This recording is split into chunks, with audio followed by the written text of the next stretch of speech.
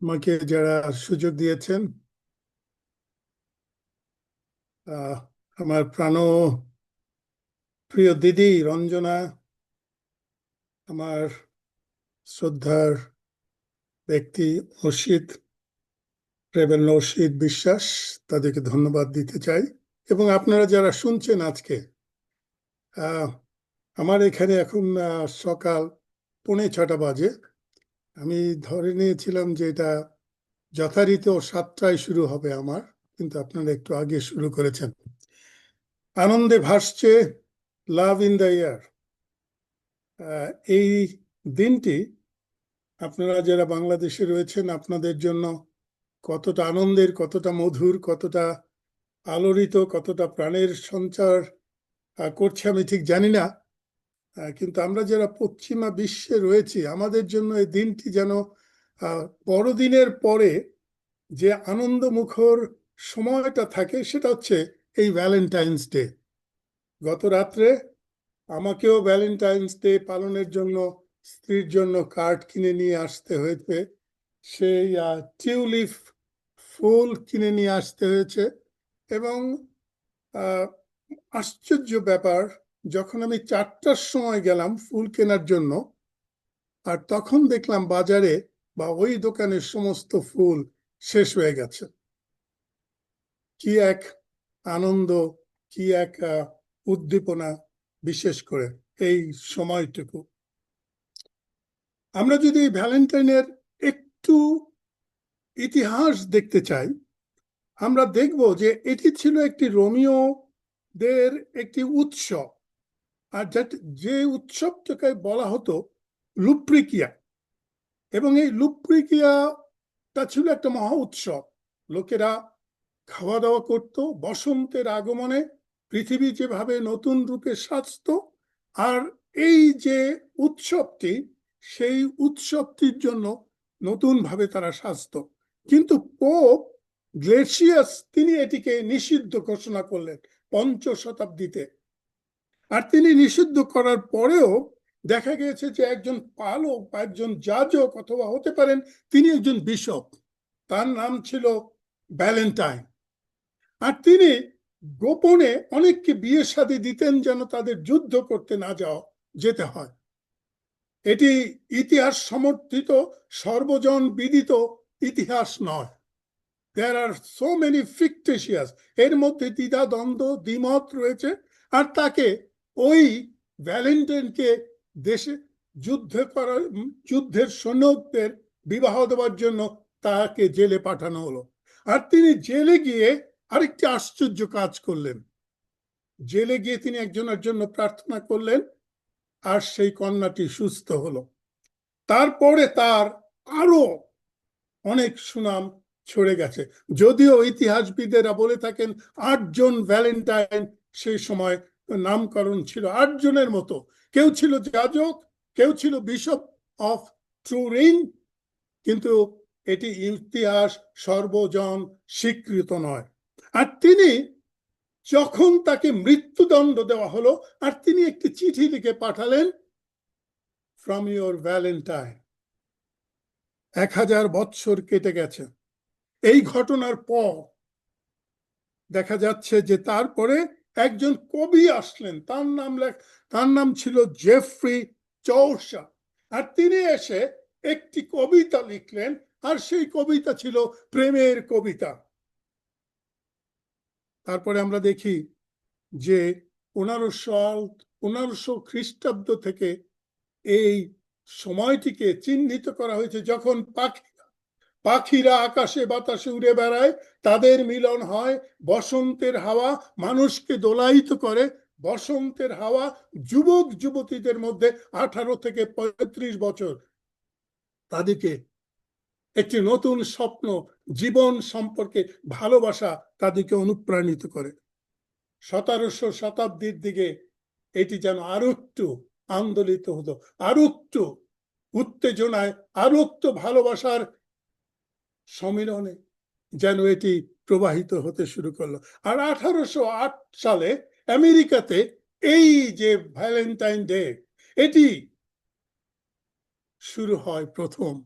আর আমরা দেখতে পাই বর্তমান বিশ্বে এই ভ্যালেন্টাইন ডে এটিকে একটি কমার্শিয়াল রূপে রূপায়িত করা হয়েছে, বেচা কেনা, অর্থ লেনদেন হচ্ছে।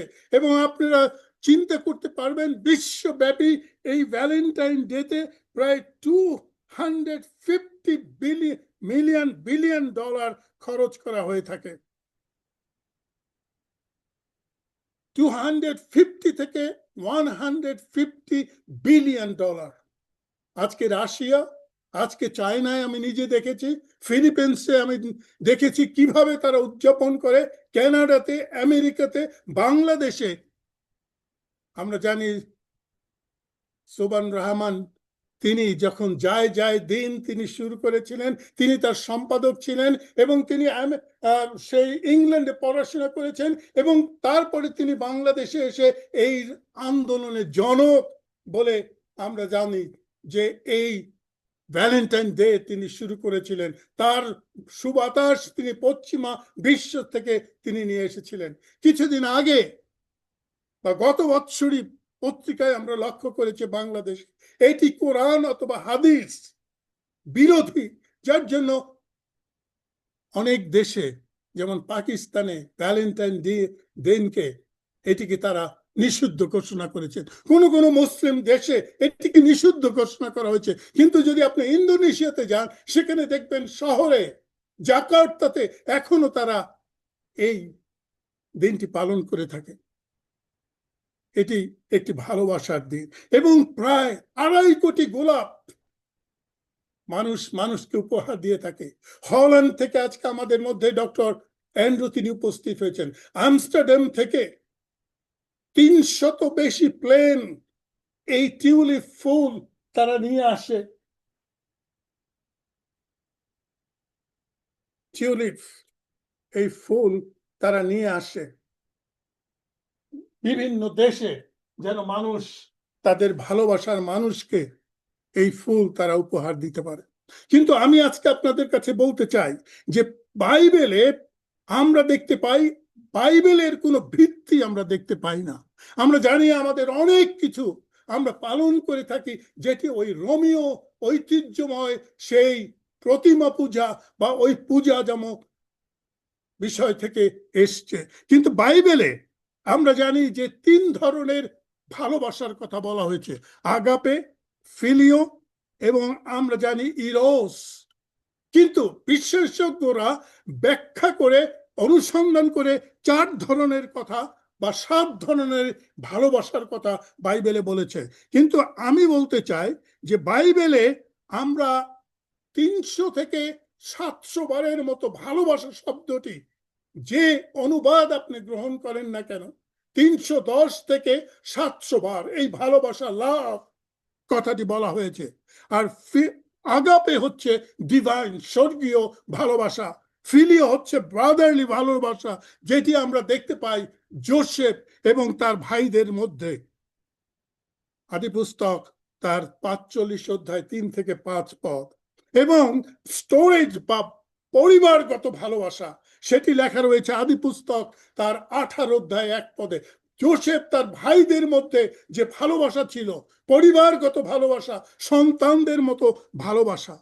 আর তৃতীয় হচ্ছে ইরোটিক, স্বামী স্ত্রীর মধ্যে যে ভালোবাসা, যুবক যুবতীদের মধ্যে যে ভালোবাসা, যেটি শুধু চায়, যেটি শুধু নিজের জন্য নিজেকে দিতে চায়। কিন্তু বাইবেলে আমাদের প্রভু যীশু খ্রিস্ট যে ভালোবাসার কথা বলেছেন, তিনি নিজে 71 বার এই ভালোবাসার কথা বলেছেন। তিনি বলেছেন, ভালোবাসো তোমার ঈশ্বর সদাপ্রভুকে, একমাত্র ঈশ্বরকে, তোমার প্রাণ, তোমার জীবন, তোমার যৌবন শক্তি দিয়ে।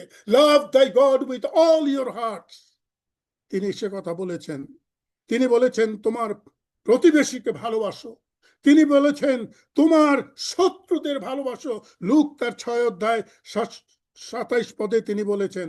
যোহন তার 13 অধ্যায় তিনি বলেছেন প্রতিবেশীকে আপনার মতো প্রেম করতে। এবং তিনি বলেছেন পরস্পরকে ভালোবাসো, লাভ ওয়ান অ্যানাদার। এই কথাটি তিনি নিজে 13 বার বলেছেন। প্রভু যীশু খ্রিস্ট ভালোবাসা প্রচার করেছেন। আজকে একটি কথা অত্যন্ত দুঃখের সঙ্গে বলতে হয়, আমরা যখন ভালোবাসার কথা বলি তখন আমরা সকলে এখানে যারা উপস্থিত হয়েছে, ইনক্লুডিং মি, আমরা বলে থাকি ঈশ্বর জগৎকে এমন প্রেম করিলেন যে আপনার একজাত পুত্রকে দান করিলেন, যে কেহ তাহাতে বিশ্বাস করে সে বিনষ্ট না হয় কিন্তু অনন্ত জীবন পায়। এই পথটি আমাদের জন্য মুখস্থ সর্বশ্রেষ্ঠ পথ বাইবেল থেকে আমরা উচ্চারণ করে থাকি, কিন্তু প্রিয় ভাই এবং বোনেরা, প্রথম যোহন তার 3:16 কি আমাদের মুখস্থ আছে? ডু ইউ রিমেম্বার 1 জন 3:16? আর সেখানে লেখা রয়েছে, তিনি আমাদের নিমিত্ত আপন প্রাণ দিলেন, তিনি আমাদের জন্য নিমিত্ত আপন প্রাণ দিলেন, ইহাতে আমরা জ্ঞাত হইয়াছি আমরাও ভ্রাতাদের জন্য আপন আপন প্রাণ দিতে বাধ্য। We ought to give our life for our brothers because Jesus has given his life. যোহন 3:16 যিনি লিখেছেন, প্রথম যোহন 3:16 তিনি লিখেছেন।